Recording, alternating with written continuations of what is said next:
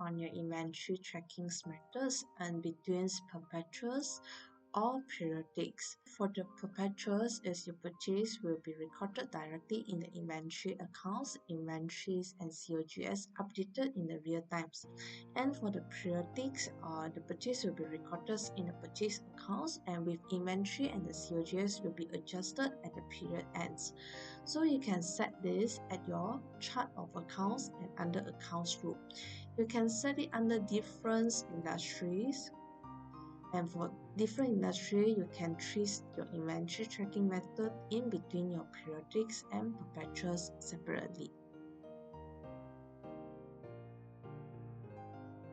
We have added a new options when you create a quotation, sales order or invoice, which is called non-billable consumptions. This feature is designed for the projects or for the jobs where you want to record the material that you use, but you don't want to show them to your customer, you just want to show them to your internal teams or to your accounts teams. For example, if you need for this service installations, you need a certain items for the preparations or for the internal works.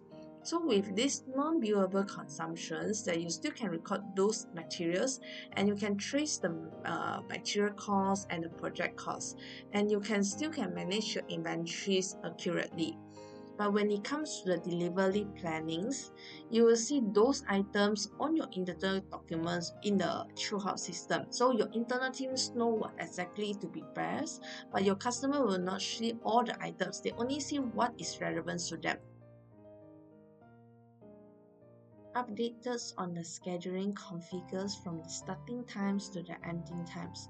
So you just go to the settings and go to the schedulings, and now you can add the new settings and configure the schedule start times and the end times to align with your business operations hours.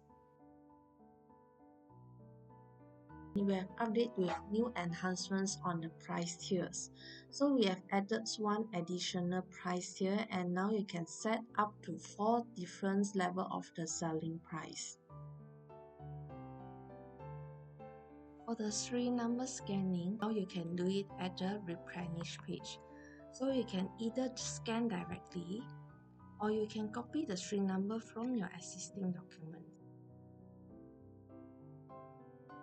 Added a signature pads to both delivery notes and the returns note. This can help you to capture the customer confirmation seamlessly in the digital forms.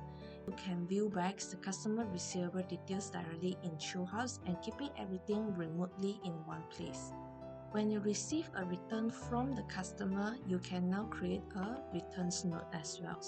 And you can print the document directly, or you can send a digital signature pads for the customer acknowledgement. We have added a new enhancements to simplify tax handling in your transactions. For taxable by default flat, it is available at products, at product types, as well as at the service. So you can now apply the tax in the transactions levels. On how to set on the default tax setting, you just go to the settings, generals, and You can set your default tax rate here. for the tax posting to accountings, for sales and other tax, you can post it directly to SST payable accounts.